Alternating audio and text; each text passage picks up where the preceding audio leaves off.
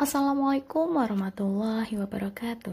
Apa kabar anak-anakku? Semoga selalu dalam keadaan sehat walafiat dan tetap semangat. Pada kesempatan hari ini kita akan mempelajari tentang teks eksplanasi. Langsung saja, apa sih pengertian teks eksplanasi itu? Teks eksplanasi merupakan teks yang menjelaskan sebab akibat suatu fenomena, baik itu peristiwa alam, ilmu pengetahuan, sosial, budaya, dan lain sebagainya. Teks eksplanasi berisi fakta yang dapat menjawab pertanyaan tentang bagaimana dan mengapa suatu fenomena itu bisa terjadi. Pada intinya, teks eksplanasi merupakan teks yang menjelaskan tentang proses mengapa suatu kenyataan itu bisa terjadi. Lalu, apa sih tujuan teks eksplanasi itu dibuat? Tujuannya yaitu untuk memaparkan proses dan sebab terjadinya suatu fenomena. Manfaatnya sebagai penambah wawasan untuk kita kenapa suatu fakta itu bisa terjadi. Selanjutnya, ciri-ciri teks eksplanasi. Yang pertama adalah ilmiah. Ilmiah ini berupa fakta, realita, teori, dan penelitian.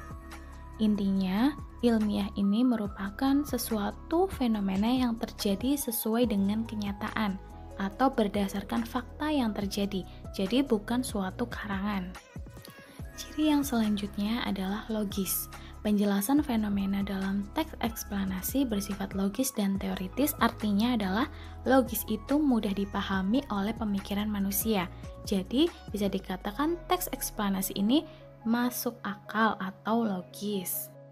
Selanjutnya, objektif. Nah, penjelasan dalam teks tersebut bisa juga disertai dengan argumen, tetapi argumen atau pendapat itu harus relevan dan valid ya teman-teman, tidak boleh asal-asalan.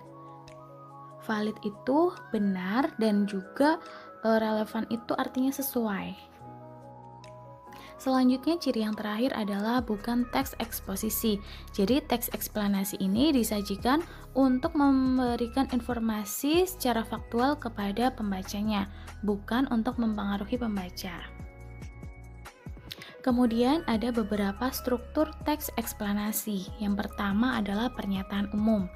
Pada pernyataan umum ini berupa gambaran secara sebab peristiwa alam itu terjadi.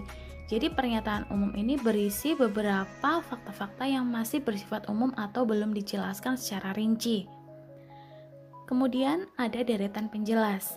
Pada bagian ini berisi perincian. Jadi pada deretan penjelas ini teks yang disajikan ini lebih detail atau lebih rinci untuk menjelaskan dari pernyataan umum yang tadi. Kemudian struktur yang terakhir ada yang namanya simpulan. Pada bagian akhir teks terdapat tanggapan penulis dalam menyikapi fenomena berupa pernyataan reflektif yang bersifat umum. Nah, untuk kesimpulan ini kadang ada dan bisa juga tidak ada ya teman-teman. Ini tergantung teksnya. Jadi ada beberapa penulis yang menyajikan simpulan, ada juga yang tidak menyajikan simpulan tetapi sudah diketahui inti dari bacaan teks eksplanasi tersebut. Selanjutnya sudah disajikan contoh teks eksplanasi. Di sini berisi teks tentang Candi Borobudur. Nah, di sini masing-masing paragraf menjelaskan isinya secara berbeda-beda. Bisa kalian pahami di paragraf 1, 2, dan ketiga. Nah, selanjutnya kita akan bahas masing-masing per paragraf sesuai dengan strukturnya. Bisa dilihat di layar, untuk pernyataan umum ini berada di paragraf yang pertama. Ya, bisa kalian baca. Di paragraf pertama masih berisi beberapa pernyataan yang bersifat umum atau belum dijelaskan secara rinci.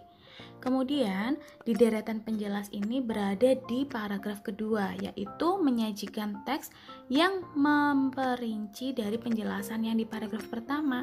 Jadi di paragraf kedua ini dijelaskan lebih jelas lagi atau lebih detail lagi. Kemudian di paragraf terakhir ini berisi kesimpulan ya. Inti dari bacaan atau teks eksplanasi tersebut.